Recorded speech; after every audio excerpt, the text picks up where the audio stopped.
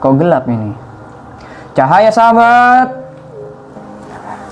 Oke, assalamualaikum warahmatullahi wabarakatuh. Saya Tegar Cahaya Gemintang dengan NIM A43191715 dari Prodi BTP 2019. Di sini saya akan menjelaskan tentang penyuluhan dengan tema sinergitas generasi pertanian menyongsong pertanian yang maju, mandiri, modern di era new normal. Oke. Sektor pertanian membuktikan kehandalannya sebagai penopang perekonomian nasional selama masa pandemi COVID-19. Kinerja sektor pertanian menunjukkan indikator mengembirakan terkait produksi pertanian dan kinerja ekspor. Badan Pusat Statistik atau BPS merilis selama Januari hingga April tahun 2020, nilai ekspor pertanian meningkat 16,9% dibandingkan pada periode yang sama tahun 2019, dari 115 triliun rupiah meningkat menjadi 134 triliun.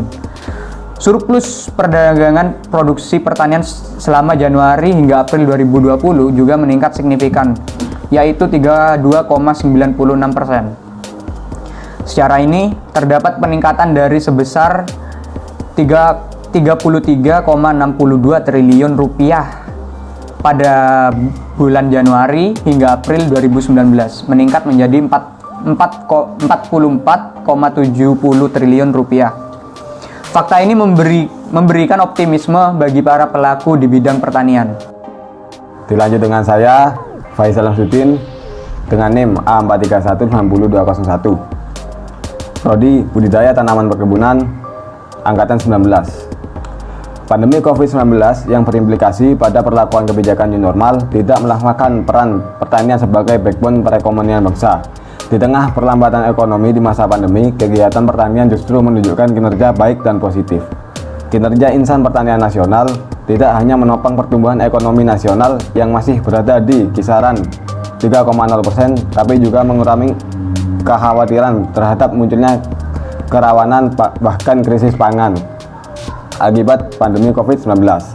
Kementerian Pertanian terus menjaga dan memaksimalkan produksi pertanian nasional dalam menjaga ketahanan pangan. Menteri Pertanian Syahrul Yassin Limpo dalam setiap kesempatan mengatakan bahwa pertanian adalah salah satu sektor yang harus tetap berproduktif dan dipastikan tidak boleh berhenti dalam kondisi apapun. Bahkan dikala kebijakan pembatasan sosial berskala besar, para petani tetap bekerja, termasuk ketika kebijakan new normal alias tatanan kehidupan baru berlaku, sektor pertanian harus tetap berproduksi maksimal. Sehingga 267 juta penduduk Indonesia tetap bisa mengakses bahkan pangan dengan harga yang terjangkau. Implementasi new normal seharusnya tidak memberi banyak perubahan pola masyarakat dalam memenuhi mengakses pangannya. New normal justru dapat menjadi momentum untuk kembali menggeliatkan sektor pertanian dalam arti luas, sehingga diharapkan perekonomian masyarakat bisa bangkit. Kebijakan new normal menjadi momentum untuk mengembangkan pola bisnis pertanian yang lebih mumpuni. Peran pemerintah dalam hal ini, Kementan harus mampu menjaga, meningkatkan semangat itu.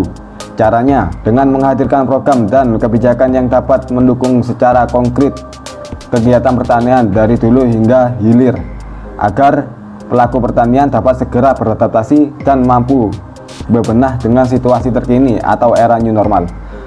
Kementan telah melakukan perubahan postur anggaran. Perubahan ini bertujuan untuk menguatkan produksi pertanian dan secara langsung dapat menjaga serta meningkatkan kesejahteraan petani. Bismillahirrahmanirrahim. Dilanjutkan dengan saya, Rizky Bagus Setiawan dengan NIM A431919383 dari Budidaya Tanaman Perkebunan Angkatan 2019. Pemerintah telah melakukan refocusing anggaran Kementan dengan mengutamakan peningkatan sarana produksi pertanian, pengamanan ketersediaan pangan, padat karya, hingga social safety net, jaminan keamanan sosial, termasuk social safety net berjangka pendek, Pemerintah melalui Kementan juga berupaya menguatkan permodalan bagi petani melalui Lembaga Keuangan Mikro Agribisnis LKMA yang disinergikan dengan kredit usaha rakyat KUR dari perbankan. Alokasi KUR untuk pertanian di tahun 2020 mencapai 50 triliun dari total KUR 190 triliun. Sampai pertengahan Mei 2020, serapan KUR yang sudah disalurkan untuk pertanian mencapai 17 triliun. Artinya, upaya ini direspon positif oleh petani. Berbagai stimulus yang diberikan kepada petani diharapkan dapat memicu semangat petani untuk berproduksi dan menghasilkan pangan. Apabila dari sisi produksi aman, maka ketahanan pangan masyarakat pun seharusnya dapat lebih mudah untuk dijaga. Oke, dilanjutkan kembali dengan saya. Petani dan sektor pertanian terus bergerak.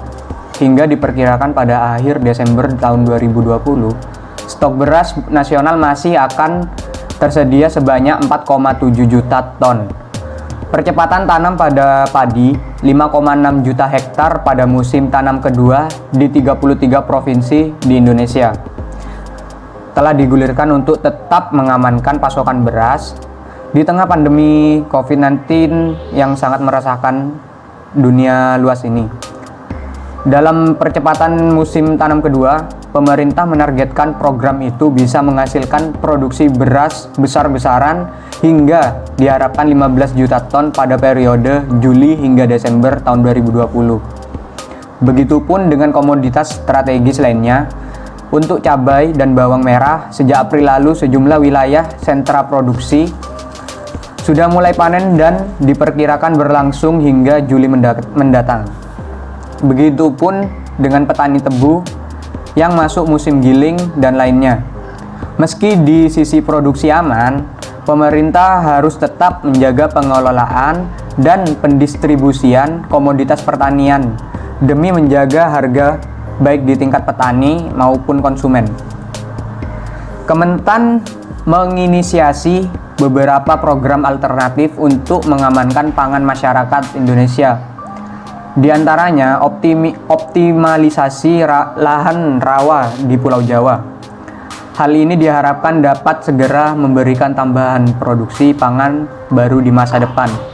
Selain itu, gerakan diversifikasi pangan di masyarakat terus disosialisasikan, terutama mempopulerkan bahan pangan pokok selain beras. Upaya penguatan ketahanan pangan juga dilakukan secara desentralisasi dengan cara memperkuat lumbung pangan di setiap provinsi yang ada di Indonesia.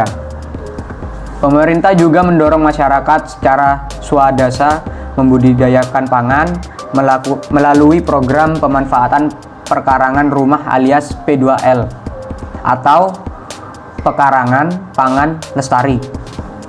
Modernisasi dan inovasi pertanian untuk produksi pertanian yang lebih pintar, efisien, efektif, dan menguntungkan juga terus digalakkan. Pertanian tak mungkin bisa mencukupi kebutuhan penduduk yang terus meningkat tanpa dukungan teknologi. Sektor pertanian harus mampu beradaptasi untuk menjawab tantangan ke depan. Pengolahan lahan, menanam bibit, panen, hingga pengolahan lahan harus dilakukan dengan menggunakan alat-alat berteknologi tinggi yang kemungkinan besar itu akan diekspor dari luar negeri. Di mana mekanisasi pertanian merupakan salah satu komponen penting untuk pertanian modern dalam mencapai target swasembada pangan berkelanjutan. Inovasi dan pemanfaatan teknologi oleh petani perlu terus didorong agar kegiatan on-farm di atas perlu dukungan dan kerja banyak pihak agar pemasaran dan pendistribusian hasil pertanian juga dapat berjalan efisien dan menguntungkan petani. Selain itu, keterlibatan generasi milenial sangatlah penting dan setelahnya dalam sektor pertanian adalah salah satu kunci agar ketahanan pangan nasional tetap terjaga. Generasi muda seharusnya tidak lagi ragu berkiprah di sektor pertanian.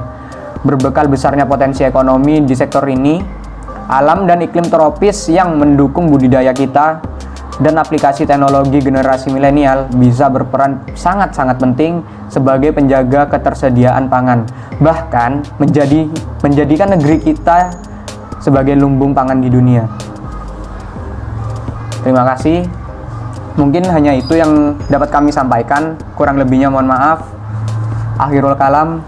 Assalamualaikum warahmatullahi wabarakatuh. Cheers.